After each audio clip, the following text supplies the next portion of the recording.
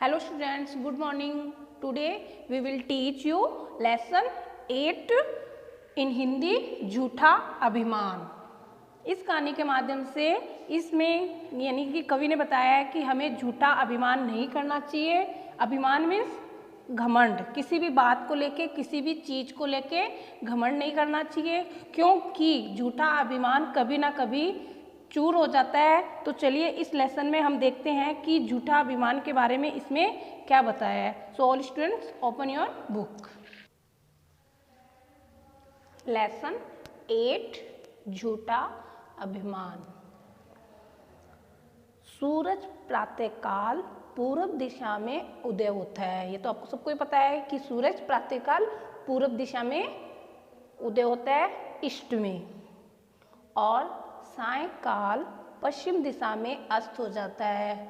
East में तो क्या होता है, वो उगता है, और शाम को वो ढलता कब है, कौन सी दिशा में, पश्चिम दिशा में, वेस्ट दिशा में। ओके, सूरज के निकलने से दिन तथा छिपने से रात होती है।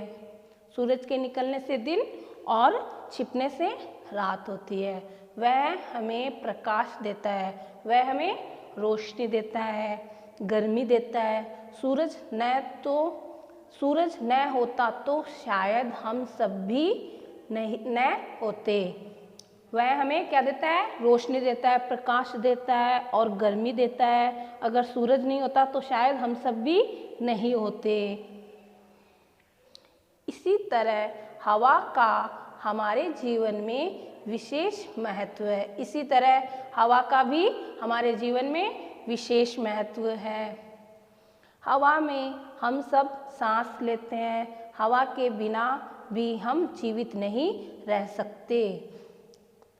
हवा का भी हमारे जीवन में विशेष महत्व है, और हवा से हम सांस लेते हैं, और हवा के बिना भी हम जीवित नहीं रह सकते। अतः सूरज और हवा दोनों ही हमारे जीवन के लिए आवश्यक है। सूरज और हवा दोनों ही हमारे जीवन के लिए आवश्यक है। एक बार सर्दी का मौसम था। धूप में खड़े लोग भी ठंड से कांप रहे थे। ये धूप में खड़े होने से भी ठंड से कांप रहे थे। कौन से दिनों में, सर्दियों के मौसम में। लोगों को कांपते देखकर हवा को घमंड हो गया। लोगों को कांपते देखकर हवा को क्या हो गया, घमंड हो गया। उसने सूरज से कहा,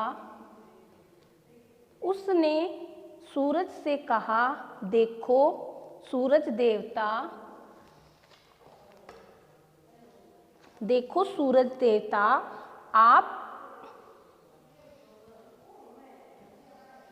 आप उस आदमी को देख रहे हैं। सूरज ने कहा, देखो सूरज देवता, आप उस आदमी को देख रहे हो जो अपने शरीर को कंबल से लपेटे सुनसान सड़क पर एक व्यक्ति अकेला चला जा रहा है। ये बात कौन बोल रहा है? हवा सूरज को बोल रहा है। हवा सूरज को बोल रहा है कि आप उस आदमी को देख रहे हो जो अब शरीर को कंबल से लपेटे और सुनसान सड़क पर अकेला चला जा रहा है। आज हम दोनों का फैसला हो जाए कि हम दोनों में कौन सबसे ज़्यादा महान और शक्तिशाली है। तो हवा कहता है कि आज फैसला हो जाए कि हम दोनों में कौन सबसे ज़्यादा महान और शक्तिशाली है, तुम या मैं। सूरज ने कहा, हम दोनों का अलग अलग काम है, इसलिए तुम्हें अपनी शक्ति पर अभिमान नहीं करना चाहिए। सूरज कहता है हवा से कि हम दोनों का काम क्या है, अलग अलग है, क्योंकि इसलिए तुम्हें अपनी शक्ति पर घमंड नहीं करना चाहिए। हवा ने कहा, मैं अभिमान क्यों न करूं, यदि आप मुझे अधिक बलवान है तो, यदि आप मुझसे अधिक बलवान है तो उस आदमी के शरीर से कंबल उतरवा दो। फिर हवा कहता है कि मैं अभिमान क्यों न करूं, मैं घमंड क्यों न करूं, यदि आप मुझसे अधिक बलवान है तो उस आदमी के शरीर से कंबल उतरवा दो। जो भी उस आदमी के शरीर से कंबल उतरवा देगा वही हम दोनों में शक्तिशाली और महान समझा जाएगा। सूरज ने कहा, पहले तुम ही कोशिश करके देख लो। यह सुनकर हवा बहुत तेज चल पड़ी। हवा को तेज चलते देखकर उस आदमी ने अपना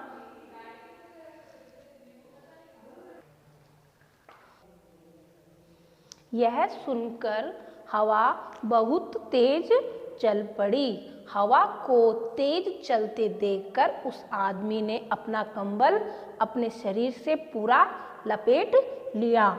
सूरज ने कहा कि पहले तुम ही कोशिश करके देख लो। क्या कोशिश करके देख लो? कि उसकी कंबल उतरवा के देखो कि वो अपनी कंबल उतारता है क्या। यह सुनकर हवा फिर बहुत तेज चल पड़ी और हवा के तेज चलते ही उस आदमी ने क्या किया, कंबल अपने शरीर से पूरा और ज़्यादा लपेट लिया। यह देखकर हवा को क्रोध आ गया। फिर यह देखकर हवा को क्या आ गया, गुस्सा आ गया कि उस आदमी ने अपनी कंबल को उतारने की बजाय और ज़्यादा अपने शरीर से लपेट लिया। और उसको फिर यह देखकर हवा को गुस्सा आ गया, वह और तेज चलने लगी। फिर जैसे जैसे हवा तेज होती गई वैसे वैसे वह आदमी कंबल को अपने शरीर से कसकर लपेटता चला गया। और हवा जैसे जैसे एकदम से तेज होती गई तो वैसे वैसे ही वह आदमी अपने कंबल को शरीर से कसकर लपेटता चला गया और वह एक पेड़ से चिपक कर खड़ा हो गया। हवा ने पूरी ताकत लगा दी पर यात्री ने अपना कंबल नहीं उतारा। हवा ने पूरी ताकत लगा दी, एकदम से तेज हवा चलने लगी पर उस आदमी ने अपनी कंबल को नहीं उतारा। हवा हार कर रुक गई। हवा फिर क्या हुई, हार कर रुक गई।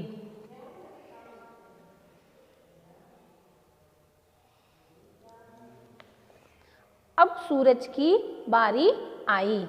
अब किसकी बारी आई, सूरज की बारी आई, क्योंकि हवा तो हार कर एकदम से रुक गई। अब सूरज की बारी आई, उसने अपनी चमक बढ़ाई, उसने अपनी क्या रोशनी बढ़ाई और गर्मी बढ़ती गई। यात्री पसीना पसीना हो गया। अब सूरज ने क्या किया, उसने अपनी तेज धूप निकाली तो उसके जैसे धूप तेज हो जाती है तो फिर गर्मी बढ़ जाती है, तो उसी प्रकार इसमें भी एकदम से गर्मी बढ़ गई और यात्री से क्या हो गया, और धूप तेज होने से उस आदमी पसीना पसीना हो गया। वह फिर एक पेड़ की छाया में जा बैठा। फिर वह उस आदमी ने क्या किया, पेड़ की छाया में जा बैठा। हवा बिल्कुल रुक चुकी थी, यात्री में चलने की तो हिम्मत ही नहीं थी। हवा क्या हो गई थी, बिल्कुल भी रुक चुकी थी और उस आदमी की हिम्मत ही नहीं हुई चलने की। बैठकर भी चैन नहीं आया, उसको बैठकर भी चैन नहीं आया, उसे इतनी गर्मी लगने लग गई। उसने अपने शरीर से कंबल उतारा, अंत में कपड़े भी उतार कर पसीना पोंछने लगा। उसे इतनी गर्मी लगने लगी तो कंबल तो क्या, उसने अपने सारे शरीर के सारे कपड़े उतार दिए और फिर वह पसीना पोंछने लगा। यह देखकर हवा का घमंड चूर हो गया। यह देखकर हवा का घमंड क्या हो गया, टूट गया, चूर हो गया। हवा ने सूरज को प्रणाम किया और फिर कभी अभिमान न करने का निश्चय किया। हवा ने क्या किया, सूरज को प्रणाम किया, नमस्कार किया और फिर कभी घमंड न करने का वादा किया। इसके बाद हवा अपनी गति से चलने लगी, आदमी भी अपने रास्ते पर चल पड़ा। तो इस कहानी से हमें यही शिक्षा मिलती है कि हमें कभी भी झूठा अभिमान नहीं करना चाहिए, चाहे कोई वो चीज़ हो या कोई भी बात हो हमें, क्योंकि घमंड होता है वो एक ना एक दिन चूर हो जाता है, टूट जाता है। इसीलिए हमें कभी भी घमंड नहीं करना चाहिए, कभी भी झूठा अभिमान नहीं करना चाहिए। अब देखिए आगे हमारे हैं वर्ड मीनिंग। सूरज, सूरज मीन्स सूर्य, सांस श्वास, हिम्मत साहस, प्रातः सुबह, नम्र विनीत, सर्दी ठंड, निराशाजनक निराशा से उत्पन्न, बलवान ताकतवर, प्रकाश रोशनी, प्रणाम नमस्ते, सायंकाल शाम का समय। Okay, lesson is complete. You read, you have to read this lesson at home. Okay, देखिए अब ये आपके ये जो